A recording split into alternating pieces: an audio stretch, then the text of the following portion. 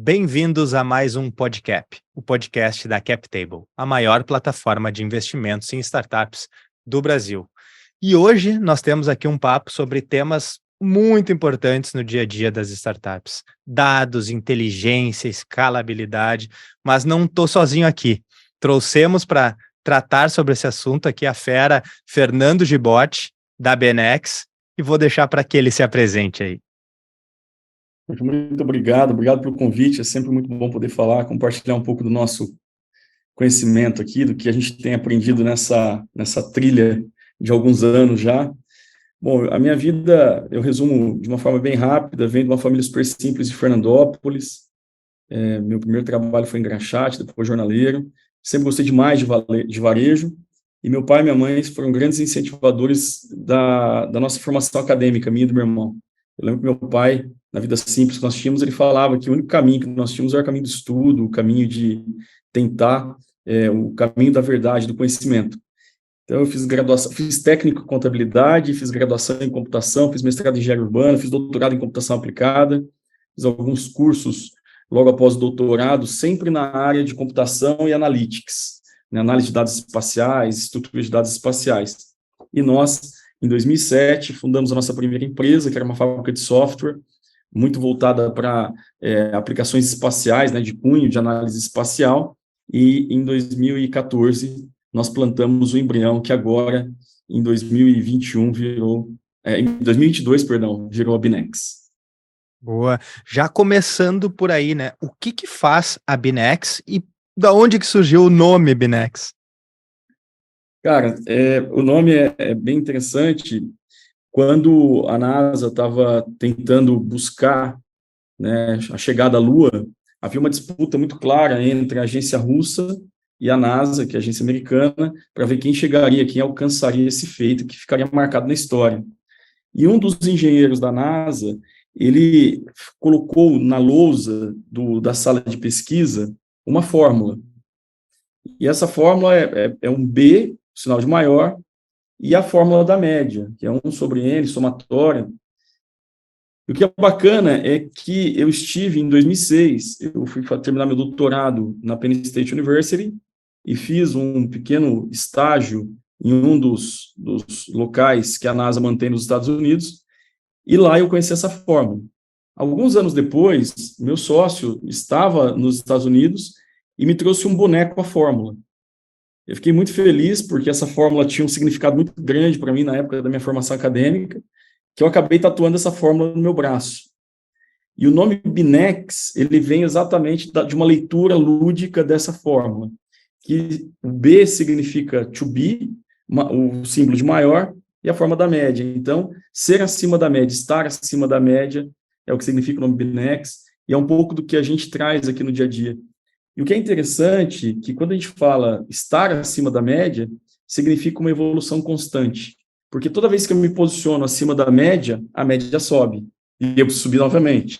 Então, tem muito a ver com evolução, com entrega cotidiana, diária, né? Não se acomodar, não se estacionar em algum lugar e achar que está tudo certo, tudo resolvido, mas não, o mundo é dinâmico, as relações são dinâmicas, e a empresa ela tem que ser dinâmica e ter qualidade.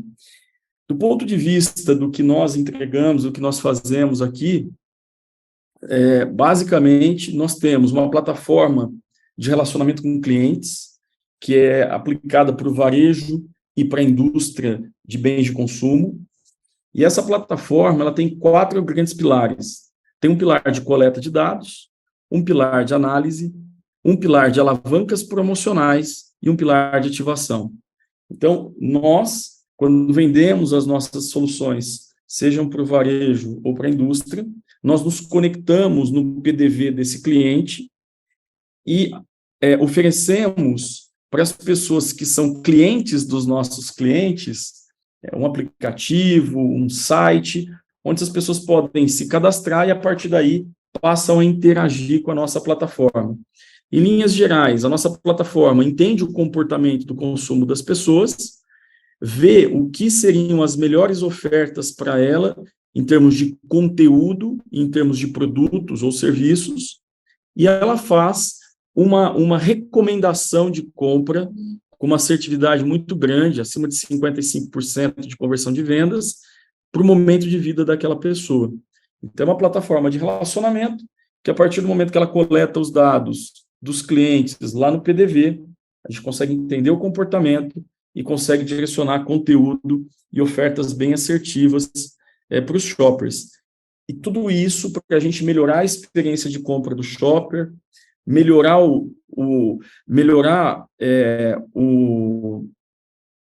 as margens de lucro dos varejistas e aumentar o market share das indústrias que nós trabalhamos. Então, a gente conseguiu, ao longo desses anos, criar uma metodologia que está materializada numa plataforma de win-win-win. O shopper ganha, o varejo ganha e a indústria ganha. E também temos uma plataforma de inteligência de dados, que é da extração desses dados todos, esses dados são anonimizados, e a gente consegue extrair potencial de faturamento de loja. Basicamente, você me dá um endereço, nós falamos o quanto aquela loja vai faturar com uma acuracidade superior a 96% e divididos por categoria. Então, pensando no supermercado, a gente fala, olha, essa loja ela pode faturar 5 milhões e 800, sendo 1 milhão no açougue, 600 mil em mercearia seca e assim sucessivamente. Esses estudos de potencial, que é bacana, ele auxilia o nosso cliente tanto para abertura de novas lojas ou aquisição de lojas existentes, mas também serve como um parâmetro interno para o cara saber se aquela loja está desempenhando da melhor forma possível ou não. E é muito bacana, porque às vezes a gente encontra lojas com potencial lá de 8 milhões, faturando 6, faturando 5, e a gente consegue entender quais são as categorias dessa loja que estão tendo maiores perdas. E, obviamente, nós vamos atuar nessas categorias, buscar mais recomendação para essas categorias, alcançando o potencial de venda daquela loja. E uma outra extração importante que nós fazemos é a expansão de redes. Então, hoje nós temos vários clientes, né? Eu posso citar um que sempre me dá essa autorização, que é a Drogaria Iguatemi, nasceu dentro de shopping center, tinha um plano de ir para a rua, e nós fizemos todo o estudo de expansão, onde nós determinamos quais as regiões, as melhores regiões do Rio de Janeiro e de São Paulo, para que ele pudesse montar novas farmácias, já determinando o potencial de faturamento de cada uma delas. Então, em linhas gerais, nós respiramos dados, vivemos dados e transformamos isso em tecnologia. A gente sempre fala que a ciência, né, a ciência do consumo, que é o nosso posicionamento, ela resolve. A gente entende aqui na nossa companhia que não existem soluções simples para problemas complexos. A ciência é capaz de, com muito estudo, muito dado, muito teste, muito experimento, muita metodologia, criar soluções viáveis e escaláveis para problemas complexos. Essa é a nossa vida aqui na Binex. Boa, muito legal. Aí, várias tecnologia resolvendo o problema, ciência resolvendo o problema, né? Acho que é isso tudo que a gente busca e talvez seja o dia a dia das startups, ou deveria ser, né? Sempre buscando com tecnologia resolver esses problemas. E levando para esse lado, assim, né? Aliando inteligência, startups, experiência do cliente, como que tu acha que toda essa gama de informações que vocês coletam e que vocês têm, que vocês processam internamente, auxiliam a melhorar essa experiência do cliente, e que recomendação você daria, assim, para quem está iniciando, de repente, nesse processo de captura de dados voltados para a melhoria da experiência do cliente? O que a gente está aprendendo ao longo dos anos aqui, olhando os dados, é que comportamento ele é dinâmico. Você não consegue bater uma foto de um comportamento social e essa foto ser válida daqui a 1 ano, daqui a 2 anos ou 3 anos. Então, acho que o primeiro grande aprendizado que nós tivemos é que conhecimento ele é dinâmico e, portanto, nós temos que ter um filme da vida do consumo e não apenas uma foto. Então, acho que o primeiro grande aprendizado é esse. O segundo é que existem muitas lacunas no varejo. Muitas lacunas. Então, por exemplo, quando a gente olha dentro da cadeia de valor que a gente opera, olha que interessante, a gente vai lá e fala, olha, você pode vender R$1 milhão no seu açougue. Nós sabemos quem são os clientes que nós vamos ativar para que você atinja 1 milhão. Só que, por exemplo, a nossa companhia hoje, ela não sabe se lá no estoque do lojista tem R$1 milhão de produtos disponíveis para oferecer para esses clientes que a gente vai ativar. Então, toda a parte de predição de estoque, controle de demanda de estoque, ainda é uma lacuna muito forte no mercado. Existem algumas startups tentando trabalhar, algumas mais avançadas, outras menos, mas ainda com uma oportunidade gigantesca. E o que isso tem a ver com a experiência do cliente final? Né? Você imagine, eu vou lá, eu identifico que um determinado indivíduo ele tem potencial para comprar Alcatra, nós ativamos isso, falando, cara, vem para a loja, compra Alcatra, lá, ele chega na loja, ele tem uma ruptura, ou seja, ele não encontra esse produto. Eu vou frustrar essa compra e toda a ciência utilizada para identificar o comportamento, para entender que aquela pessoa tinha uma grande aptidão para esse produto, a ativação correta, no momento correto, para trazê-lo para a loja, e aí quando ele chega na loja, ele não encontra aquilo que nós ofertamos. Então, o que eu posso dizer hoje, muito se fala ainda em inteligência artificial, muito se fala em robotização de loja, mas existem lacunas do básico bem feito que tecnologia e ciência de dados pode ajudar e que ainda não foi feito. Então, eu penso assim, se hoje eu fosse recomeçar minha vida com uma nova startup, certamente eu olharia para as questões de controle de produto, de predição principalmente, porque é uma área ainda muito sensível dentro das lojas. E um segundo ponto, que ainda tem muitas lacunas, é a prevenção de perdas. Né? Quando a gente olha hoje para o varejo brasileiro, principalmente o alimentar, a gente tem grandes números percentuais de perdas, né? Chegando a 6% de perdas mensais por vários motivos. E aí nós temos uma lacuna fenomenal para se trabalhar também, usando ciência de dados e usando tecnologia, para poder ajudar esses varejistas que têm margens tão apertadas a minimizar essas perdas, melhorando suas margens, sem penalizar ou até melhorando a experiência de compra do shopper.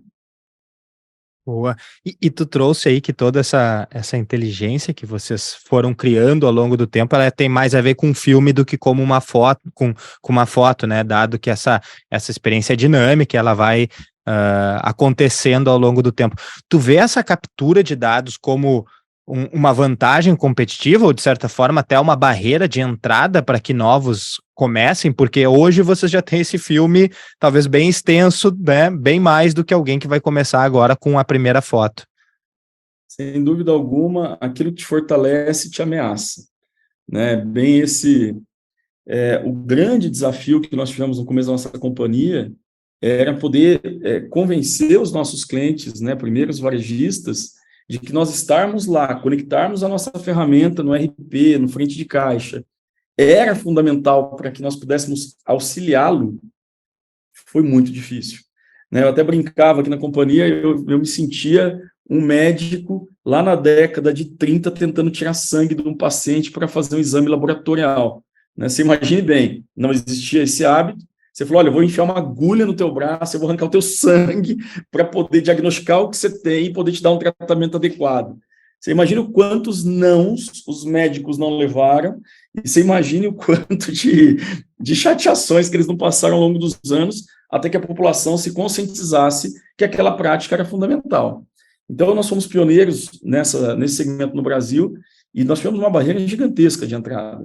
Só que à medida que essa base de dados foi crescendo, hoje nós temos mais de 50% do Brasil mapeado, algo em torno de 36, 37 milhões de domicílios que passam pelo menos uma vez a cada 90 dias pela nossa plataforma, a gente sabe quem são as pessoas, o que elas compram, o momento de vida, o household. Isso nos fortalece muito hoje, né? O grande ativo que nós temos na nossa companhia e que gera vários modelos analíticos, melhora a nossa compreensão de comportamento. Mas até nós chegarmos aqui, foi uma caminhada muito dura. Né? Nós chegávamos lá no nosso cliente e falávamos, pô, mas por que vamos compartilhar o meu dado com você? Que segurança eu tenho? Não existia LGPD, não existia GDPR, então, que é a lei europeia. Então, nós tivemos um atrito muito forte de entrada nos varejistas. Desde 2019, mais ou menos, 2020, especificamente 2019, na NRF, que é a maior feira de varejo do mundo, em Nova York, que se discutiu muito a questão de analytics, de dados compartilhados, os varejistas brasileiros começaram a se conscientizar e essa barreira ela foi meio que quebrada. Hoje, o que a gente percebe é que se você mostrar para os varejistas, de fato, valor no que você vai entregar, a partir do momento que você capta esse dado, ele está bem aberto, ele está bem mais flexível, né? E sem contar, obviamente, que a própria legislação brasileira, a LGPD, ela regula isso e também dá mais tranquilidade para os clientes. E com um nível de acerto de 97% aí, né? Todo mundo vai querer estar contribuindo aí para aumentar ainda essa taxa. Muitas das startups, pelo menos inicialmente, começam com alguma visão de não é o momento ainda de pensar em dados, em capturar dados, em organizar esses dados, porque ainda somos pequenos demais, ainda não temos volume de dados para trabalhar. Que dicas tu daria para essa galera, assim, né?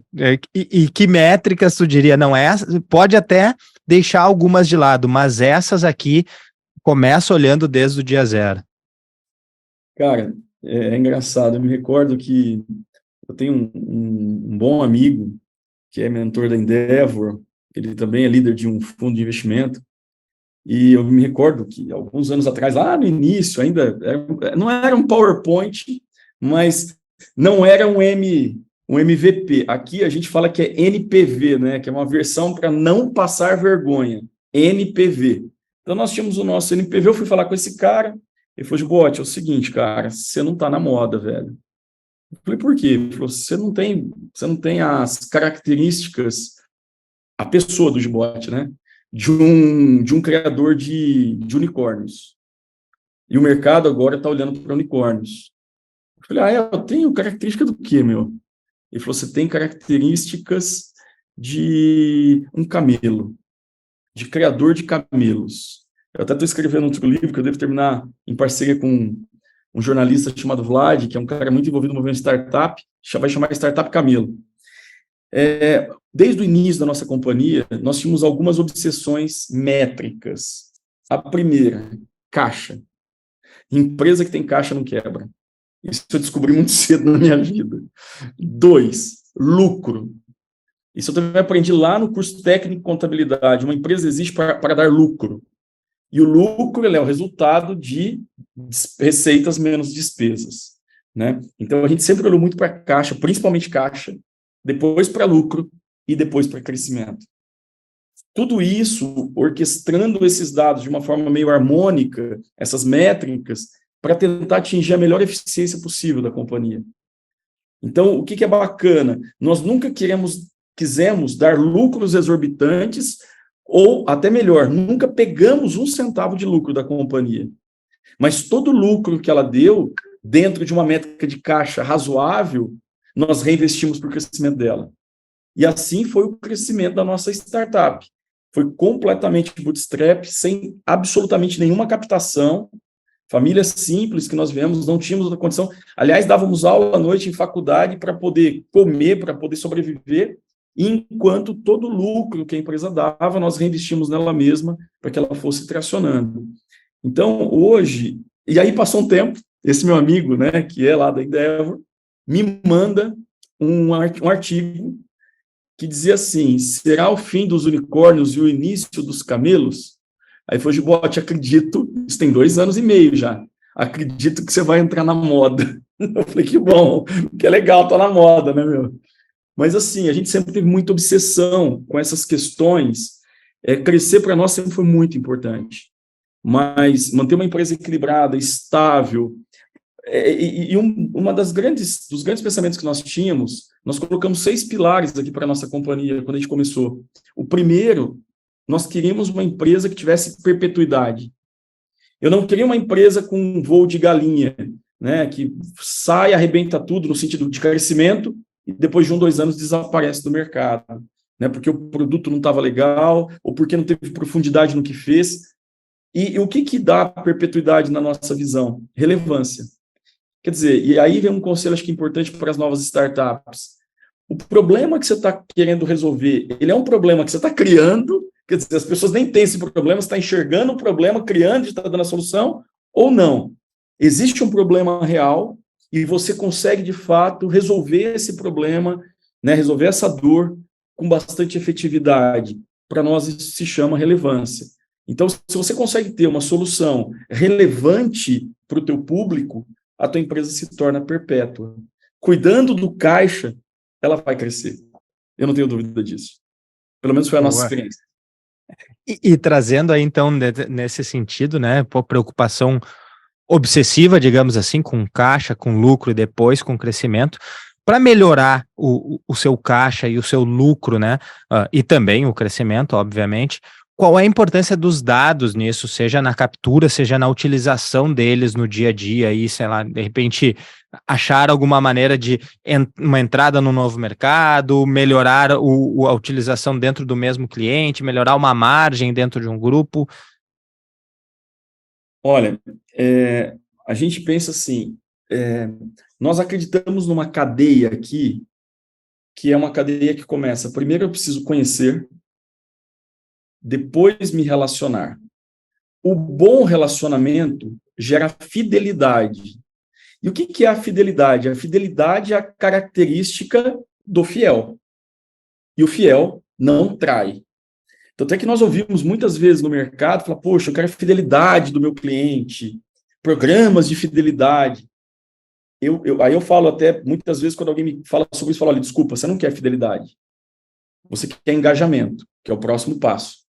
Porque, vamos lembrar, a qualidade do fiel é não trair. Portanto, o fiel não trai, mas ele troca. E nós não queremos perder um cliente.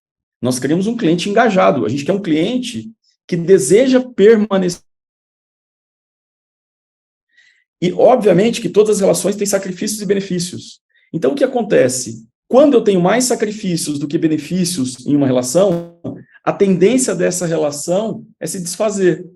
Não é à toa que, ao longo da nossa vida, a gente abandona amigos, a gente larga de companheiros e companheiras, né, namorados, namoradas, a gente muda de emprego, a gente é demitido, porque normalmente aquela relação se desgastou, ou seja, ela teve mais sacrifícios do que benefícios, e o caminho mais fácil é sair, é trocar, é buscar outra oportunidade. Então, o fiel é aquele que não trai, mas troca. E o engajado é aquele cara que ele quer tanto permanecer na relação que ele passa a discutir a relação. Ele quer discutir a relação. É o cliente que reclama. E nós, latinos, temos um problema seríssimo quando a gente olha comportamento de consumo. Nós não gostamos ou não estamos preparados para ouvir reclamações, para ouvir críticas. Mas o cliente que reclama é que ele está falando, cara, eu te adoro, eu quero continuar com você, mas está acontecendo uma coisa muito grave na nossa relação que a gente precisa corrigir, para que a gente possa continuar juntos. Então, o que eu falo que, primeiro, conhecer bem o cliente para conseguir chegar no engajamento é fundamental. Obviamente que eu preciso conhecer bem o mercado. Segundo, quando eu conheço bem as pessoas com quem eu estou me relacionando, num processo comercial, se torna muito mais fácil. Eu sempre falo aqui para o nosso time de vendas, né, por mais que exista a nossa máquina de vendas, a qualificação, eu falo, cara, entende quem é esse cara que nós vamos conversar daqui a pouco presencialmente, seja pela câmera do computador ou seja sentado na mesma mesa, né? Mas que a gente vai olhar nos olhos, vai poder olhar individualmente para a pessoa e conversar. Por quê? Porque, primeiro, a gente acredita muito que o processo de venda ele é 60% empatia, 30% aderência e 10% preço ou forma de pagamento. O que é isso? Se eu vou vender alguma coisa para alguém e eu não crio uma relação, uma conexão com essa pessoa, tudo o que eu oferecer para essa pessoa não serve. Ele já tem, ele já faz, ele não precisa. Quando a empatia é criada, ou seja, o canal de comunicação está aberto, a gente consegue ter com que a pessoa ouça atentamente, com a mente, com o coração aberto, aquela oferta. Deu aderência? Bacana. A gente vai para o último passo, que é a negociação do valor. Não deu aderência? Olha que interessante, é muito comum o nosso time comercial ir vender para algum varejista, ele fala, adorei o que vocês fazem, mas não é o momento da nossa empresa de contratar, nós vamos falar daqui a um ano. Isso aconteceu muito no passado, né? Antes de nós quebrarmos essa barreira da conscientização, da educação do nosso cliente para aquilo que a gente fazia. Mas olha que interessante, fala, cara, eu não vou fechar com vocês agora, mas eu tenho um primo que tem um varejo lá no Rio Grande do Sul, cara, eu acho que vai servir para ele está no momento. Passava a mão no telefone e indicava. Isso demonstra um grau de empatia significativo com o nosso negócio. Bom, teve empatia, deu aderência, ou seja, aquilo que eu estou vendendo serve. Eu sempre digo, não adianta nós queremos vender carne para vegetariano. Por mais que seja uma boa carne, que esteja com bom preço, não é uma coisa que agrada o vegetariano. Então, a aderência é isso, é o nosso produto, de fato, atender aquela dor, atender, ter relevância para aquele cliente. E aí você vai para o preço. O que é bacana? O que nós aprendemos? Que quanto mais você conhece o mercado e mais você conhece o cliente, melhor vai ser a tua elasticidade de preço. E conhecendo claramente onde está a tua elasticidade, você vai criar metodologias ou formas de contratação, formas de pagamento que são possíveis para aquele cliente. Se a gente parar e pensar na história do Brasil, na história do varejo brasileiro, o que um dos maiores varejistas do Brasil fez algumas décadas atrás, enquanto as pessoas, a grande maioria das lojas não ofereciam crediário, e as que ofereciam exigiam, eram parcelas, era um crediário curto, 3, 4 meses, com exigência de fiador. Ele percebendo que grande parte da população brasileira, mais de 70% da população brasileira, precisava pagar parcelas mais suaves, ele estendeu esse pagamento e tirou a figura do fiador. Explodiu de vendas e virou um dos maiores varejistas daquela época, o maior naquela época, hoje ainda um dos maiores varejistas do Brasil, mas porque ele, conhecendo bem o público, ele criou uma elasticidade maior de preço, tanto é que ele ganhava mais no final da operação, mas ele criou uma forma de proporcionar para as pessoas algo tangível, ou seja, as pessoas pagavam parcelas que cabiam no bolso. Então, conhecer bem o mercado é fundamental para que você tenha um produto relevante. Conhecer bem o cliente é fundamental para que você tenha empatia. E é fundamental para que você tenha elasticidade e consiga ter uma proposta de preço, de condição de pagamento adequada para aquele teu cliente, de forma que permita que ele te pague, ele vai ficar satisfeito te pagando aquele valor, você fica satisfeito recebendo aquele valor e a roda gira. E para ter esse engajamento, para ter essa reclamação do cliente, para ele te procurar para trazer os verdadeiros motivos de estar comprando ou não comprando de ti, o que tu recomenda? É um NPS, é uma ouvidoria, é uma caixinha de sugestões? O que nós acreditamos aqui é que a gente precisa conhecer bem para que a gente possa, de fato, atingir o engajamento e atingir esse tão desejado relacionamento duradouro. E também nós acreditamos que a gente tem que usar todos os mix de oportunidades disponíveis, o saque, o NPS, pesquisas de opinião. E tem uma história bacana que durante a pandemia, nós tínhamos acabado de rodar um NPS na companhia, estava tudo bem, a grande parte dos nossos clientes, a grande parte, mais de 95% promotores, tudo maravilhoso, até nos acalma, né? Gostoso quando vem uma pesquisa boa e fala, pô, que legal, estamos fazendo tudo direitinho. E aí, um dia, eu ligo para um varejista, cliente nosso, um grande varejista, e eu falei, aí, tá tudo bem? Como estão as coisas por aí? Poxa, bacana, mas, vou te falar uma coisa. Eu sinto muita falta de uma reunião que nós tínhamos mensal, eu não participava, especificamente ele, como presidente da companhia, mas os nossos diretores aqui participavam, e, era muito bacana, porque vinham muitos insights, né, nas discussões de vocês conosco. E vou falar a verdade para você, cara, a gente sentiu muito a falta dessas reuniões aqui. Aquele negócio vai acender uma luz. Falei, pô, peraí. Na avaliação de NPS, todo mundo é promotor, mas o cara está sentindo muito a falta de alguma coisa que era fundamental e que, por algum motivo, deixamos de fazer.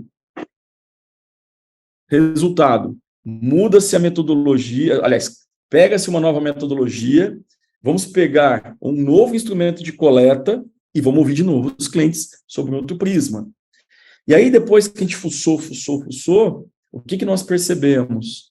Que uma parte significativa dos nossos clientes estavam carentes de todos os insights que nas reuniões que nós fazíamos lá, presenciais, muito do time comercial, pós-venda, CS, tinham minguado durante a pandemia. E o NPS, quer dizer, os caras estavam satisfeitos com a gente, mas eu estava começando a criar uma lacuna com esses clientes que poderia ser muito perigosa e poderia tender a um churn em poucos meses. e o NPS não percebeu. Então, eu digo assim, que hoje, conhecendo análise de dados, conhecendo as ferramentas disponíveis, o que eu digo é invista tempo, invista recursos para conhecer de fato o seu cliente, entender o que ele está pensando. E muitas vezes a boa resposta que nos acalma, que nos alegra, ela não nos faz evoluir. Então, às vezes, quando vem alguma reclamação aqui, algum cliente e o time aqui se apavora, né, porque naturalmente a gente quer entregar sempre o melhor, fala, gente, calma. O cliente só está falando isso porque ele quer continuar na relação. Nosso sacrifício está alto. Então, vamos agir rapidamente, vamos dar as respostas corretas, os prazos, para que a gente possa reequilibrar a nossa relação e continuarmos juntos. Então, para a gente, quando o cliente reclama, antigamente tinha uma lógica de, o cliente está bravo, risco de churn. Hoje não mais. Hoje, quando o cliente reclama, cara, ele quer continuar. Óbvio, se nós não agirmos, ele vai buscar outra opção. Mas se nós agirmos e agirmos com agilidade e, acima de tudo, com um acordo formal com esse cliente, falando, cara, nós vamos te atender, ou não vamos te atender, porque isso também acontece, falar ou não é mais difícil, mas muitas vezes é impossível atender um pedido, ou atender naquele prazo, mas mantendo esse nível de transparência, né, ouvindo e dando um direcionamento correto, a gente acredita que a coleção de bons clientes aumenta dia após dia, né, e como no álbum de figurinhas, daqui a pouco você preenche teu álbum e tem aí um domínio de mercado numa área que você escolheu trabalhar, resolveu as dores. Boa.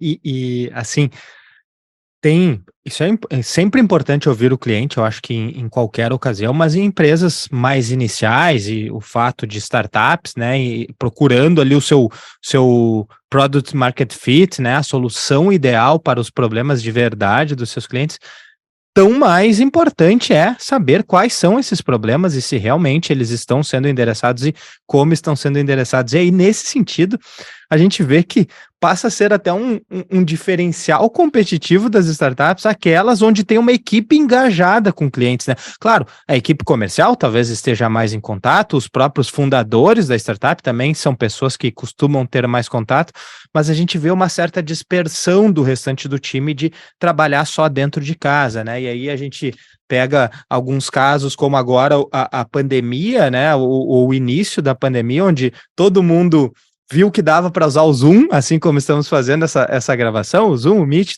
todas as ferramentas, mas num momento onde, de repente, já tem mais liberdade para ter os encontros pessoais, hoje as pessoas também estão optando por não ter esses encontros, claro, por comodidade, por conveniência, por redução de algum custo, alguma coisa, mas ainda vejo isso como algo muito importante, né? Talvez não precisamos voltar ao cenário anterior, mas ainda vejo isso com muita importância. E agora, quando vem ferramentas como ChatGPT e outras ferramentas aí nos auxiliando no dia a dia, também eu vejo um certo direcionamento para a grande maioria das empresas de vamos terceirizar esse atendimento, ou vamos terceirizar essa conversa dentro da nossa inteligência artificial. A nossa inteligência artificial vai dar as respostas que o cliente precisa de uma maneira melhor.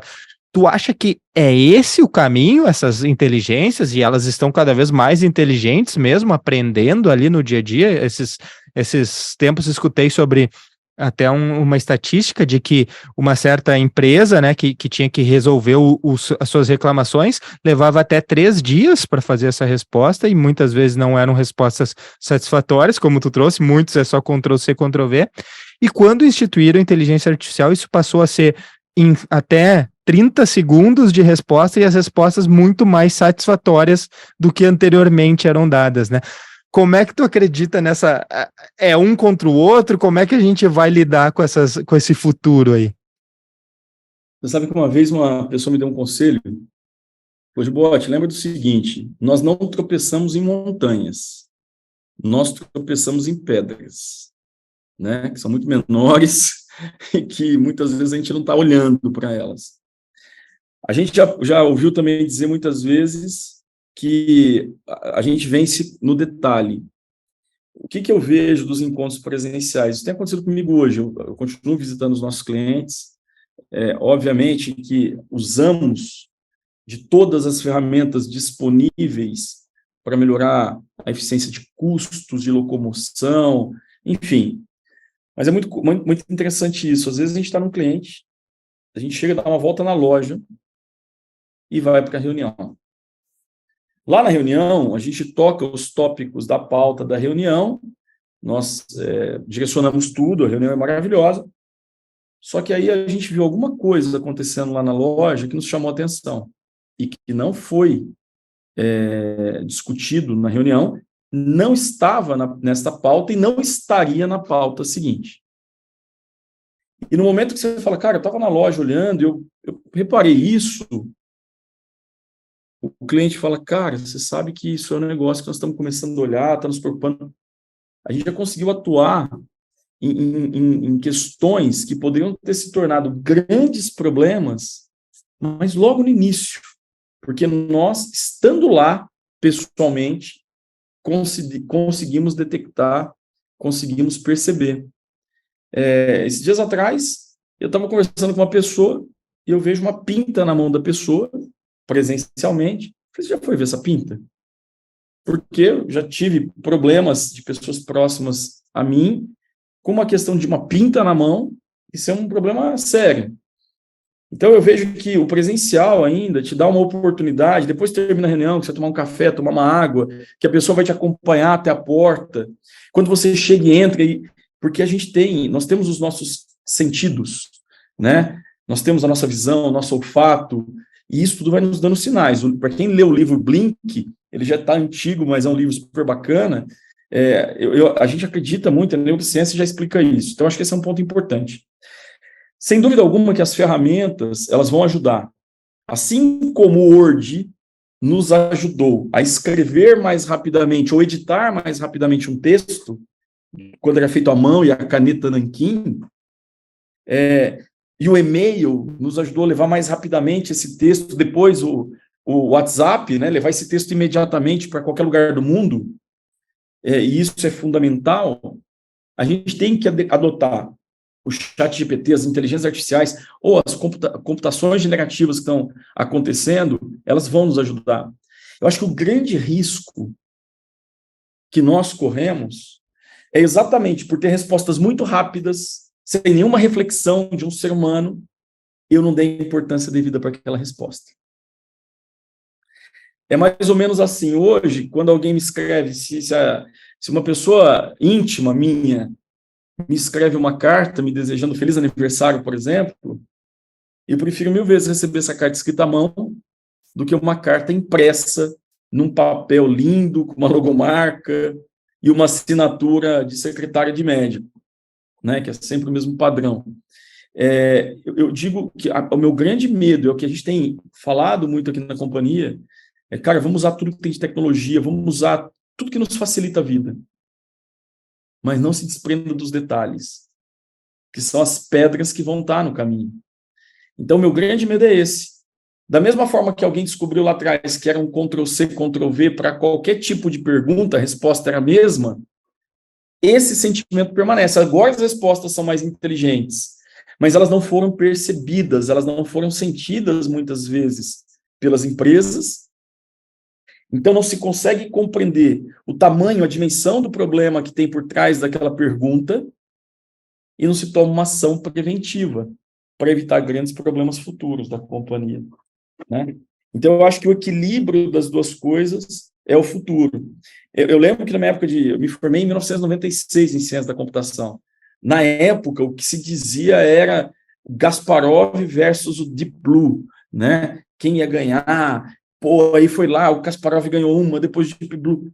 Cara, xadrez é matemático. Se você conseguir treinar todas as possíveis jogadas, as movimentações, você consegue treinar uma máquina. E a inteligência artificial, ela vai cada vez mais se aprimorando para poder... Agora, de novo, os sentidos que a gente tem, muitas vezes vão dar insights que, usando uma ferramenta que não tem essa capacidade, não tem todos os sentidos, não vai captar. Então, eu acredito muito numa interação homem-máquina, né? Isso desde 96 eu falo sobre isso, eu acredito nisso. No meu doutorado eu falei sobre isso, trabalhei com ontologias para dados espaciais, que tem muito a ver com contexto, automatização de extração de dados na internet e reconhecimento de imagem. Mas eu sempre falava, o olhar humano, na minha opinião, ainda é fundamental, porque nós carregamos conosco, e nem todos os seres humanos são idênticos, não é? Tem alguns que são mais sensíveis, outros menos. Tem um amigo seu, cara, que bate o olho em você e fala, meu, você não tá legal. E, de repente, a pessoa que vive com você, que dorme e acorda com você, não percebeu. Por quê? Porque o cara tem um grau de sensibilidade muito aguçado. Então, eu acho que isso é o grande dom do ser humano, né? Uma capacidade mais profunda de observação, de olhar coisas que não estão explicitamente estampadas ou nos dados, ou numa imagem, mas que a sua percepção, né, você consegue detectar. Então, nos próximos anos ainda, pelo menos, eu acho que usar essa mescla, o melhor que a ferramenta pode me dar, mas com esse sentimento humano é fundamental. Boa. Penso da mesma maneira, né? Não temos como fechar os olhos para todas as tecnologias que estão vindo, né? Senão de alguma maneira a gente pode até fechar os olhos, mas elas não vão deixar de passar por cima da gente, né? Elas vão estar integradas no nosso dia a dia, mas não podemos esquecer das pedras, né? Não podemos olhar só para as montanhas aí, como tu trouxe, né? E esse conhecimento humano, esse dia a dia, essas relações que nós humanos fazemos e temos no nosso dia a dia, acho que isso cada vez mais tem virado um diferencial, onde esse era o lugar comum no passado, hoje se torna um diferencial, porque muitos estão evitando, né, elas por vários outros motivos, e acho que isso vai continuar forte aí. Tu trouxe lá no começo da conversa que está escrevendo um livro com alguém e já tem um livro publicado. Esse teu livro aí, se quiser falar um pouco mais, o que ele tem de relação com as startups também? Perfeito. Esse primeiro livro é um livro bem legal. Quando eu recebi o convite para escrever esse livro, foi de uma pessoa que é uma das grandes papisas aí do varejo brasileiro, que é a Fátima Merlin, uma grande conhecedora de comportamento de shopper e de gerenciamento por categorias. E a Fátima, ela me convidou para participar de uma coleção chamada Varejo em Foco, que além de mim, tem outros autores com temas correlacionados, mas cada um na sua especialidade. Então, esse primeiro livro, o título dele é o CRM no contexto da ciência do consumo, e é bacana porque a gente fala de conceitos básicos de CRM, dá exemplos de aplicações, cases, mas nós trouxemos nesse livro conceitos novos, como, por exemplo, o índice de sacrifício, que até falei rapidamente aqui ao longo da nossa conversa, que toda relação humana, ela tem benefícios e sacrifícios. E a capacidade de retenção é a resultante da somatória dos benefícios menos a somatória dos sacrifícios. Quando essa equação é positiva, a gente consegue reter as relações. O que é bacana é que a gente pode usar isso para tudo. Pode usar isso para o casamento, pode usar isso para as amizades, para o trabalho, mas, essencialmente, a gente pode usar isso com os nossos clientes. Então, eu vejo que, dentre os vários conceitos que a gente aplica lá, que a gente apresenta no livro, o índice de sacrifício é algo que eu, sinceramente, gostaria que todos os donos de startup, todos os empreendedores, todos os fundadores pudessem, de verdade, conhecer e usar no seu dia a dia. Porque, muitas vezes, nós estamos gerando sacrifícios, gerando atritos, gerando frições, sem perceber. E esse é o grande ponto da perda de clientes a médio e longo prazo. Né? Eu já vi empresas maravilhosas aí se derreterem ao longo dos meses, até poucos anos, por gerar muito atrito, por gerar muito sacrifício e não conseguir materializar isso. Então, esse primeiro livro eu recomendo essencialmente por isso. E, obviamente, depois fala em linhas gerais de técnicas de CRM e alguma coisa assim. O novo livro que nós estamos escrevendo, que é junto com o Vladimir, o Vlad é um jornalista e ele é muito envolvido no movimento de startups. E aconteceu uma coisa super interessante. Eu acredito muito em collabs, colaboração, né? A gente nasceu com essa filosofia. Eu tinha escrito um livro para startups, só que quando eu terminei o texto, eu falei, meu, será que tá legal? Eu queria que alguém lesse para mim. E lembrei do Vlad. Entreguei o livro e falei, Vlad, vê se vale a pena publicar esse texto aí, se vai contribuir com as pessoas, né? Ele escreve para vários jornais, é editor de um grande veículo de comunicação no Brasil. Aí ele leu e falou, tipo, puxa, super legal o livro, cara. Meu, mas eu colocaria um capítulo de introdução, falando mais ou menos isso. Cara, tem uma história que você me contou uma vez, que não está no livro, que você deveria contar aqui também. Falei, Vlad, parou. Você falar que é legal, não é? Tudo bem, aí é amizade. Passou disso, virou um Collabs.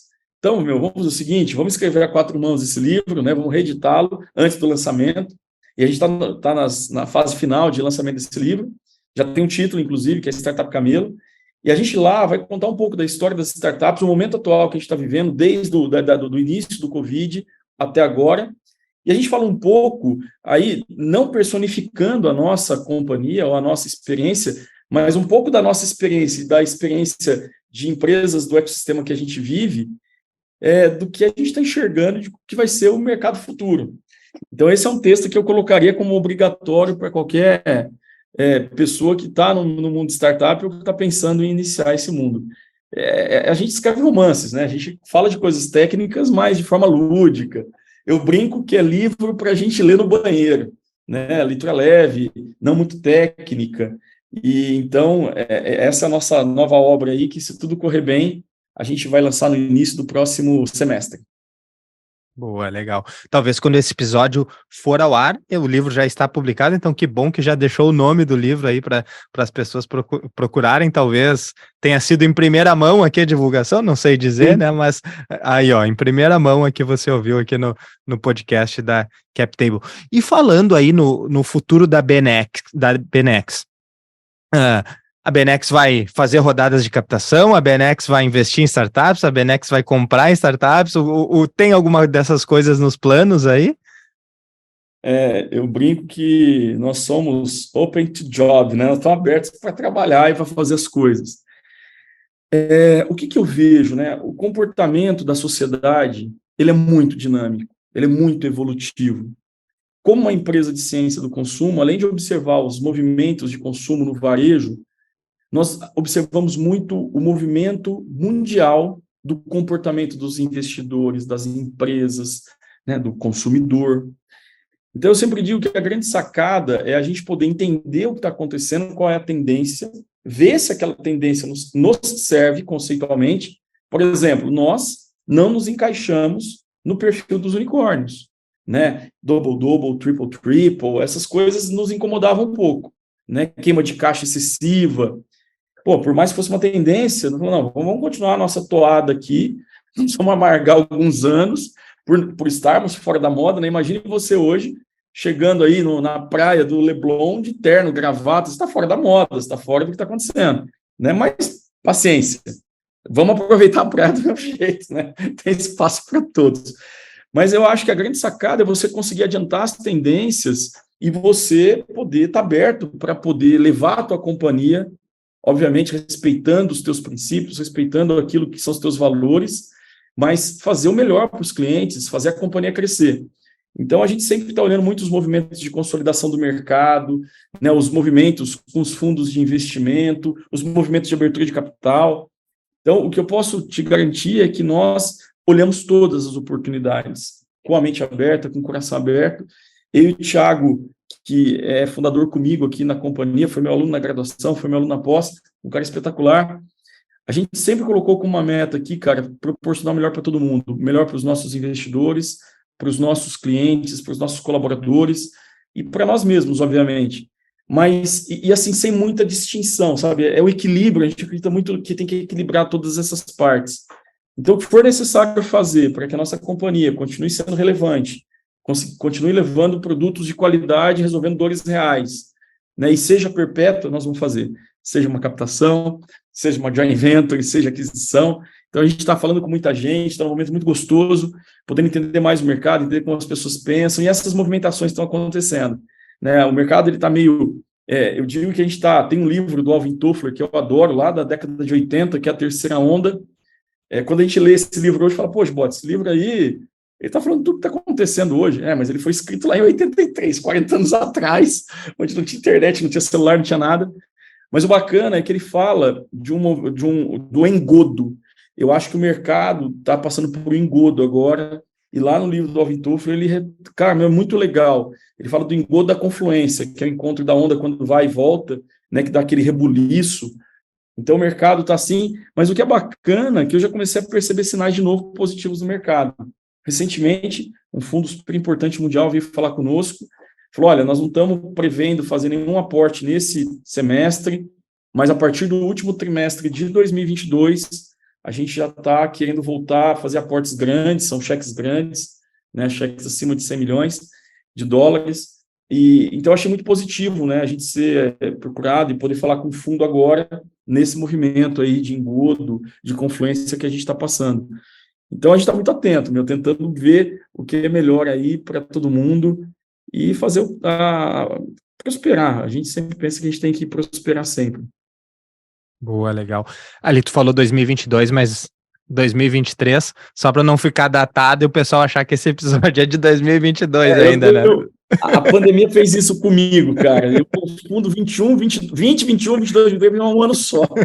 Me balançou a cabeça aqui. Mas nós estamos, hoje especificamente, em maio de 23. Boa. Conversa ótima aqui, vários insights, muito aprendizado. Vou te deixar uma oportunidade de dar um recado final aqui para nossa audiência.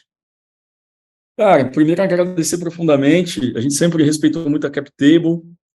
Receber esse convite para a gente é uma honra e poder participar desse episódio é fenomenal.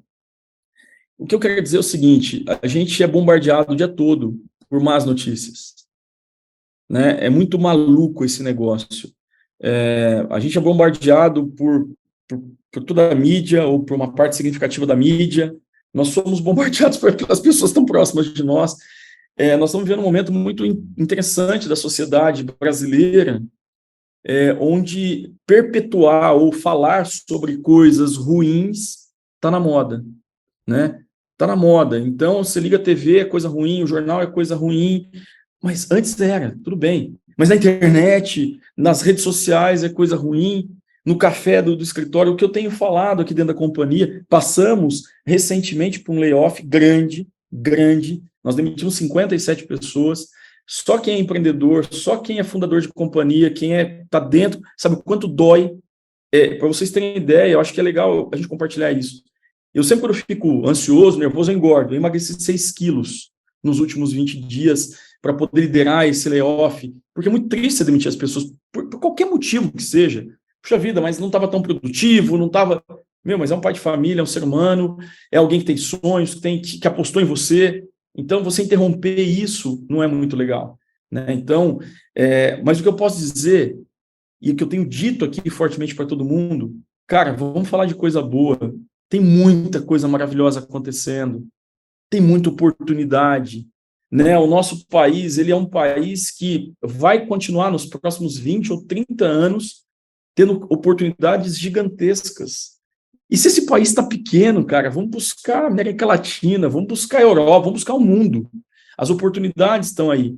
Então, eu tenho pedido muito para todo mundo vibrar positivamente, acreditar no que está fazendo, acreditar no mercado, acreditar. A gente tem que voltar a ter crença, né? Não uma crença religiosa, mas acreditar nas coisas do dia a dia, né? Eu tenho visto empresas que o time de vendas não vende porque não acha que o time de tecnologia não vai entregar, o time de tecnologia não entrega porque acha que não está vendendo.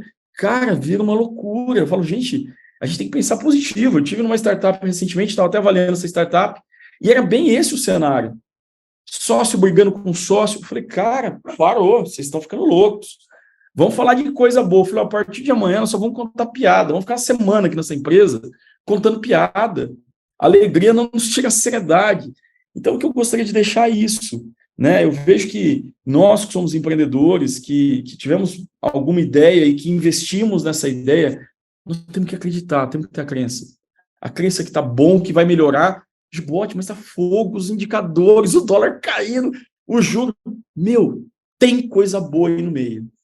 Tem coisa boa. Eu tive um sócio, um cara bem mais velho que a gente, numa outra empresa que nós tivemos de mercado imobiliário lá, alguns anos atrás, que ainda hoje é uma empresa sólida no mercado. A gente acabou saindo da operação, mas é uma empresa muito bacana, chamada Eggs. E o meu sócio lá, o Eduardo, ele me falava assim, Gibote, lembra? Nas crises, a gente encontra as melhores oportunidades de crescimento. É na escassez que as pessoas se tornam mais criativas, se tornam mais trabalhadoras, se tornam mais dedicadas e que vencem maiores obstáculos. Então, esse é o que eu gostaria de deixar para a gente voltar a ter essa crença bacana, e isso só depende da gente, né? De cada um de nós acreditar e fazer acontecer. Boa, muito bom encerrar com uma mensagem positiva, né? Acho que se tiver para procurar coisa negativa, a gente vai achar. Em qualquer época que for, a gente sempre vai ter alguma coisa para achar. Mas também as positivas também existem muito mais que as negativas, só a gente não fala tanto quanto elas, né? Então é bom a gente ter essa mensagem positiva mesmo, né? E ter esse pensamento para frente em resolver os problemas aí que eventualmente ocorram, porque isso é o dia a dia do empreendedor, né? O empreendimento existe para resolver, para ser a solução para algum problema. Muito obrigado, Gibote. Muito obrigado, Benex. Foi um prazer ter essa conversa aqui contigo. Esperamos que tenhamos muitas outras conversas aqui, de repente falando até de novos negócios acontecendo, né? E deixo aqui também o convite, obrigado primeiro a toda a nossa audiência, mas também deixo o convite, nos acompanhe aí nas nossas redes sociais, na nossa própria plataforma da captable.com.br, a newsletter 1248, que sai toda sexta-feira ao 12h48. Tendo algum feedback, tendo alguma pergunta, se for para nós, se for para o Gibote, a gente encaminha para ele e traz a resposta aqui para vocês. Muito obrigado e até uma próxima.